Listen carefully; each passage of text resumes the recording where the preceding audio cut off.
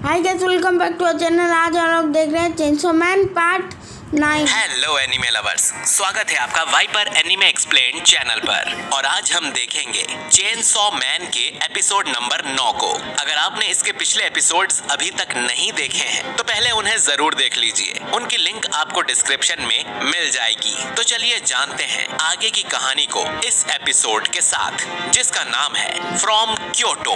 दोस्तों, पिछले एपिसोड के साथ ही कटाना मैन आर्क शुरू हो गया था और हमने देखा था कि सभी स्पेशल डिवीजन के हंटर्स पर कुछ गुंडे हमला कर उन्हें मार देते हैं। आकी के ग्रुप पर भी कटाना मैन अटैक कर देता है, जिसे मारने के लिए हिमेनो अपनी पूरी बॉडी कुर्बान कर देती है ताकि वो घोस्ट डेविल के पूरे शरीर को कंट्रोल कर सके। लेकिन अकाने अपने स्नेक डेविल को यहाँ पर बुला लेती है, जो कि घोस्ट डेविल को मार देता है। और आकी देखता है कि हिमेनो भी मारी जा चुकी है। कटाना मैन अकाने को बताता है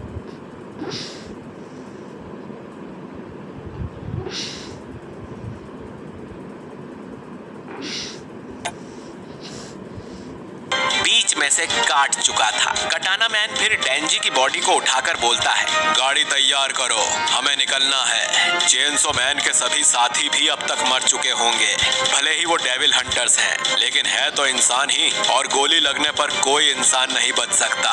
इतना कहते हुए कटाना मैन वापस अपने इंसान वाले रूप में आ जाता है। हम देखते हैं कि पूरे शहर के स्पेशल डिवीजन के सभी हंटर्स को मार दिया गया था। इनमें वो लोग भी शामिल थे जो उस दिन पार्टी में आए थे, यानी कि फुशी, हिरोकाजू सब मर चुके हैं। माकीमा को मारने वाले गुंडे अभी भी ट्रेन में ही थे। वो बातें करते हैं कि क्योटो स्टेशन बस आने ही वाला है, गेट खुलते ही हम भीड़ में मिलकर निकल लेंगे। लेकिन तभी वो पीछे मुड़कर देखता है कि उसके पीछे माकीमा खड़ी है।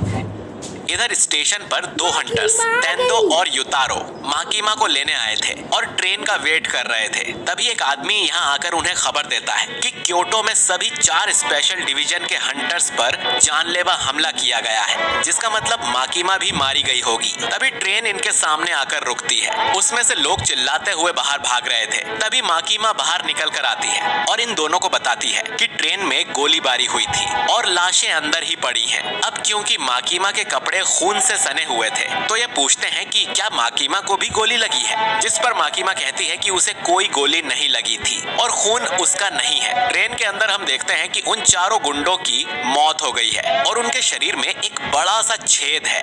टेंडो और युतारो माकीमा को बताते हैं कि टोक्यो में भी अटैक्स हुए हैं और कई हंटर्स मारे गए हैं, हमें उनकी मदद करने वापस टोक्यो जाना चाहिए। जिस पर माकीमा कहती है कि उसमें बहुत समय लगेगा और वो लोग जरूर डेंजी के पीछे हैं, तो हम उसकी मदद यहीं से करेंगे। इसके बाद माकीमा युतारो से कहती है कि वो 30 ऐसे मुजरिमों का इंतजाम करे जिन्हें उम्र कैद या फांसी की सजा हुई है, और टेंडो को जल्दी ऐसा टेम्पल खोजना है जो काफी ऊंचाई पर बना हो और उसे कुछ साफ कपड़े भी चाहिए। कुछ देर बाद मुजरिमों को टेम्पल लाया जाता है और रास्ते में उन्हें बढ़िया खाना भी दिया जाता है। उन्हें पता भी नहीं था कि उनके साथ क्या होने वाला है। इसके बाद उन्हें टेम्पल की सीढ़ियां चढ़ने को कहा जाता है। वहीं माकीमा भी साफ कपड़े पहनकर टेम्पल पहुंच जाती है। इधर कटाना मैन अकाने से कहता है कि ब्लड लॉस होने की वजह से मैं काफी समय तक लड़ नहीं पाऊंगा। वहीं उसके आदमी डेंजी की बॉडी को वैन में डालने की कोशिश कर रहे थे। तभी एक आदमी को यहाँ एक कौवा दिखाई देता है और वो बोलता है कि उसे कुछ अजीब सा महसूस हो रहा है। वो बहुत ज्यादा डरने लगता है और अचानक ही उसका शरीर दबकर फट जाता है। ये देखकर सभी लोग डर जाते हैं और अकाने टीम ई से पूछती है कि टीम सी ने माकीमा को मारा या नहीं। टीम ई का आदमी बोलता है कि कुछ देर से टीम सी रिस्पॉन्ड नहीं कर रही है, और इतना कहते ही ये आदमी भी फट कर मारा जाता है। अकाने समझ जाती है कि ये काम उस माकीमा का है। इधर टेम्पल के सामने माकीमा ने युतारो, टेंडो और उन सभी मुजरिमों की आंखों पर पट्टी बांध दी थी। युतारो सोचता है कि उनकी आंखों पर पट्टी क्यों बांधी गई है, जिस पर टेंडो बताती है कि माकीमा सीधा चीफ कैबिनेट सेक्रेटरी को रिपोर्ट करती है। हम जैसे छोटे डेविल हंटर्स को ये जानने की परमिशन नहीं है कि माकीमा ने कौन से डेविल से क्या कॉन्ट्रैक्ट किया हुआ है। अब माकीमा एक मुजरिम के पास जाकर उसे शुजो मिशिमा ये नाम दोहराने को बोलती है। मुजरिम ऐसा ही करता है और इस समय माकीमा अपने हाथों से कुछ साइन बनाती है और इधर कटाना मैन का दूसरा आदमी भी फट कर मारा जाता है। असल में इसी का नाम शूजो था और ऐसा लग रहा था जैसे माकीमा इन लोगों को अपने हाथों से कुचल रही थी। फिर माकीमा अगले मुजरिम को एक नाम देती है और ऐसे ही एक एक करके वो कटाना मैन की टीम के जितने भी गुंडे थे उन सभी को कुचल कर मार डालती है। लेकिन दोस्तों हम देखते हैं कि माकीमा के सामने बैठे उन सभी मुजरिमों की भी मौत हो गई थी। तो माकीमा ने किसी डेविल के साथ ऐसा कॉन्ट्रैक्ट किया होगा कि उसकी पावर यूज करने के बदले माकीमा को किसी इंसान की बलि देना पड़ता है। खैर माकीमा युतारो और टेंडो से अपने आंख की पट्टी हटाने को बोलकर कहती है कि उससे जो हो सकता था वो उसने कर दिया है, अब उन्हें वापस टोक्यो चलना चाहिए। अब सिर्फ अकाने और कटाना मैन ही जिंदा बचे थे। अकाने कहती है कि इतनी खतरनाक पावर माकीमा की ही हो सकती है, हमें डेंजी को लेकर यहाँ से निकल जाना चाहिए। तभी वो दोनों दूर खड़ी कोबेनी को देखते हैं जिसके एक हाथ में चाकू था और दूसरे में इनके किसी साथी का रेडियो,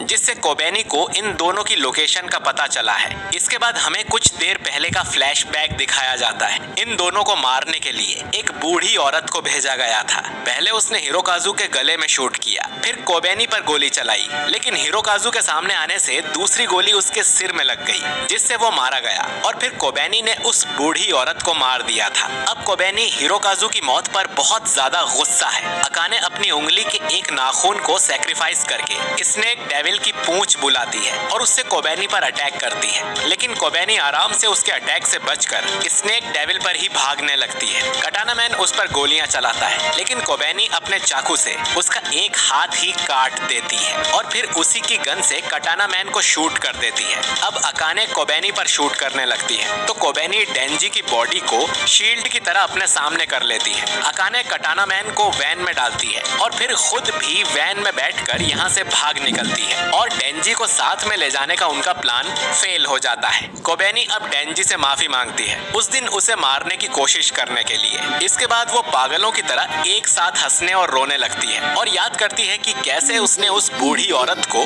उसी की गन से मार डाला था और हिरोकाजू भी उसे प्रोटेक्ट करते हुए मारा गया। कोबेनी को लगता है कि ऐसे तो वो जरूर पागल हो जाएगी। कोबेनी ये नौकरी छोड़ने का फैसला कर लेती है और सोचती है कि हिमेनो से मिलते ही वो उसे ये बता देगी। शाम तक माकीमा, युतारो और टेंडो टोक्यो लौट आते हैं। माडोका नाम का एक हंटर उन्हें स्टेशन पर मिलने आता है। माकीमा खुश होती है कि वो जिंदा है और पूछती है कि और कितने लोग बचे हैं। माडोका बताता है कि स्पेशल डिवीजन 1, 2, 3 और 4 पर अटैक्स हुए थे। सिर्फ वही हंटर्स जिंदा बचे हैं जो पूरी तरह से इंसान नहीं है। माकीमा कहती है कि इस अटैक के पीछे जरूर गन डेविल का हाथ होगा। माडोका आगे बोलता है कि हमें ऊपर से एक ऑर्डर मिला है, क्योंकि अब ज्यादा हंटर्स नहीं बचे हैं तो सभी चारों स्पेशल डिवीजन को मिलाकर एक कर दिया गया है और अब ये नया डिवीजन 4 माकीमा के कंट्रोल में होगा। इसी के साथ माडोका माकीमा को अपना इस्तीफा भी दे देता है। स्पेशल डिवीजन में रहना अब खतरे से खाली नहीं है, तो मरने से बेहतर है कि वो इस जॉब को छोड़ रहा है। अब माकीमा यहाँ से जाने लगती है तो माडोका उससे एक आखिरी सवाल करता है, क्या तुम्हें इस हमले का अंदाजा था? माकीमा बोलती है कि अब वो सिर्फ एक आम नागरिक है, तो वो उसे पब्लिक सेफ्टी की कोई जानकारी नहीं दे सकती। अब माकीमा यहाँ से चली जाती है। युतारो और टेंडो को टेंशन हो रही थी। वो माकीमा से कहते हैं, हम यहाँ स्पेशल डिवीजन ज्वाइन करने नहीं आए हैं, हम तो बस हेल्प करने के लिए आए थे और एक हफ्ते में वापस क्योटो चले जाएंगे। जिस पर माकीमा बोलती है कि कितनी शर्म की बात है, तुम्हें पता है टोक्यो में कितना बढ़िया खाना मिलता है। और ये एपिसोड यहीं पर खत्म हो जाता है। तो दोस्तों इस एपिसोड के साथ मैं समझ चुका हूँ कि चेनसो मैन एनिमे की इतनी ज्यादा हाइप क्यों है और ऑलरेडी ये मेरे फेवरेट्स में जगह बना चुका है। लेकिन अब हमारे सामने कई सारे सवाल हैं, जैसे बाय गाइस।